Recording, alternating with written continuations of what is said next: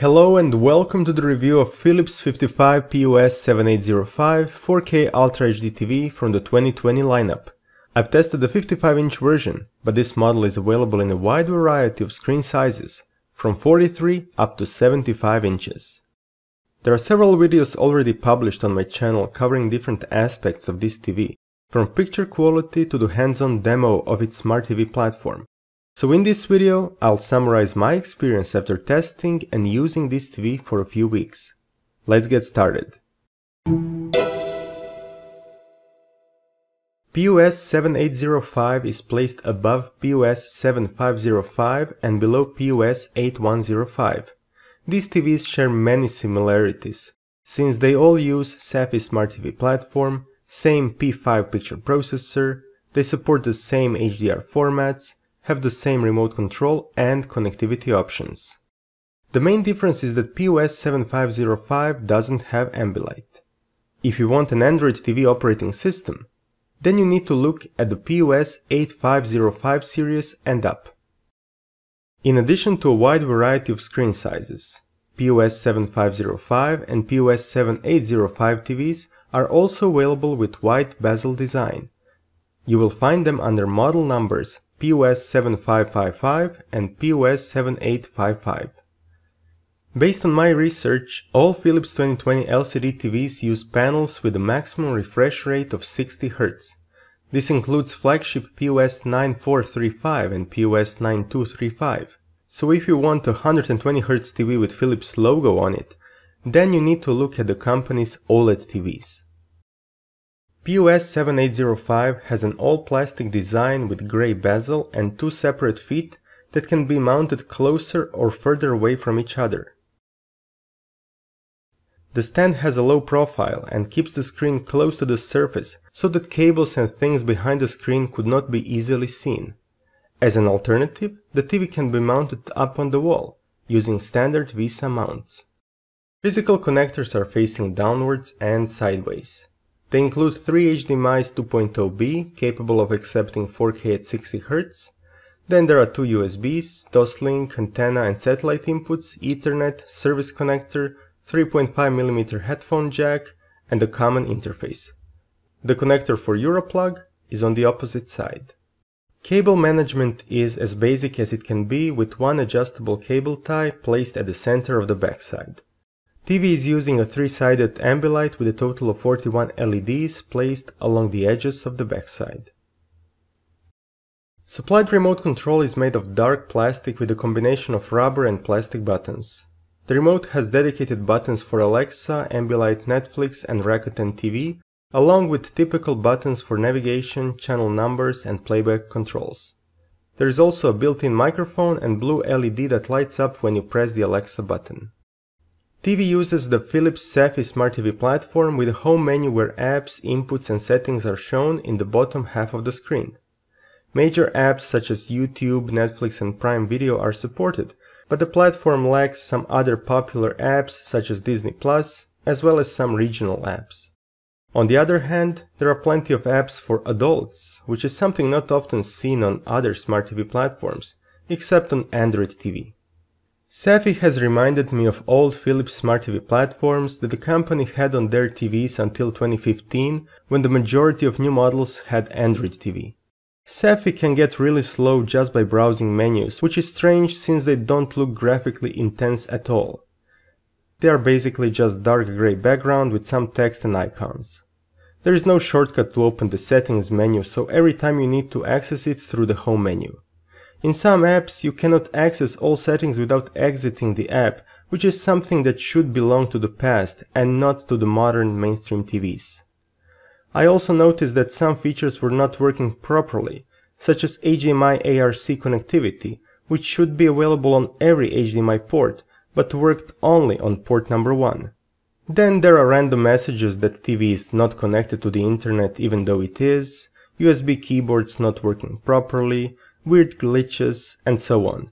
You can see the platform in action in my separate video, but as a conclusion, Saphi underperforms when compared to other Smart TV platforms out there. Coming to picture quality, PUS7805 in some areas performs well and in some areas not so great when compared to other TVs in this price category. Image is sharp on HD and Ultra HD content, IPS panel assures well-saturated colors from a wide viewing angle, and motion resolution does not deteriorate too much in darker scenes. TV also properly detects interlaced signals, and 24p content is stable.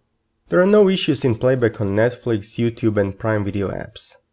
Another plus is that global dimming, which is the effect of lowering LED backlight intensity in dark scenes, can be completely disabled in picture options, and even when it is active, it is very subtle. It is also nice to see controls for adjustment of tone mapping in HDR, so everyone can easily tweak it. Now let's talk about things which are not so good. HDR performance is really limited, and not only because the TV uses an IPS panel with low native contrast and without local dimming, but because by default colors are very undersaturated, even in the most precise picture preset. The content looked dull and pale, much worse than SDR. This mainly applies to HDR10 format, while HDR10 Plus and Dolby Vision videos do not suffer from this. Adjusting picture controls can improve the result, but the question remains why this was not done in the factory. For more details about picture settings, please check my separate video. The next area where PUS7805 performs worse than its competitors is in upscaling of compressed video. Compressed artifacts were clearly visible, especially around objects in motion, and none of the controls I've tried could help reduce this effect. If you're looking for a TV for watching IPTV and other highly compressed sources, better look at the alternatives. Due to the use of 60Hz panel, motion resolution was not great, but this is the case on other TVs in this price category. Compared to TVs with VA panel, like Samsung's TU8000 series, for example, the PUS7805 had better motion resolution in darker scenes. Blur in 24p content was not distracting, as was the case on Hisense U7QF. Dirty screen effect was visible, but not to the extent of being distracting. Of course, this varies from panel to panel, so you might end up with better or worse than this. Viewing angles are good in terms of color saturation, but because of the so-called IPS glow effect, under angles dark areas of the picture get the effect of glowing, which further reduces the already low contrast of the screen. TV offers down-firing stereo speakers with average sound quality. Dolby Atmos is supported, and you can use HDMI ARC to send multi-channel audio to the external audio system. TV has game and monitor picture presets meant for gaming and PC usage. In both, input lag is around 21 milliseconds.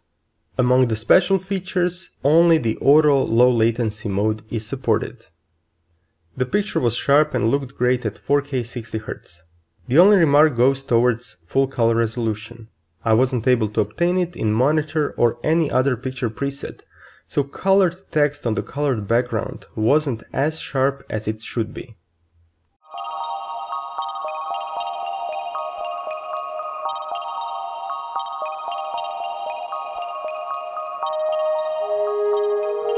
Okay, time to wrap up this review. Compared to what's on the market in the same price category, Philips 55PUS7805 doesn't impress. I was expecting more from the Saphi Smart TV system, I was expecting better HDR performance, and I was expecting more from the picture processor. I can only recommend this TV if you want Ambilight and you will mainly watch high-quality streaming content such as Netflix, Prime Video and YouTube. If you plan to connect different devices, watch content from diverse sources, and generally venture through different settings more often, then better consider some of the alternatives. And this brings us to the end of this video. I would like to thank the company Ruipro, which provided 10 meters long pure optical HDMI cable that I've used during this test. This cable had no issue sending 4K 60p content to the TV from several sources that I've tried, such as PlayStation 4 Pro and Meridio Fresco's 6G pattern generator. Metal housing and gentle but strong cable jacket material give this product a high quality feel, and I will keep using it and see how it performs over time. If you like this content, please subscribe to my channel for more videos. Let me know what you think about this TV in the comment section, and I'll see you in the next one.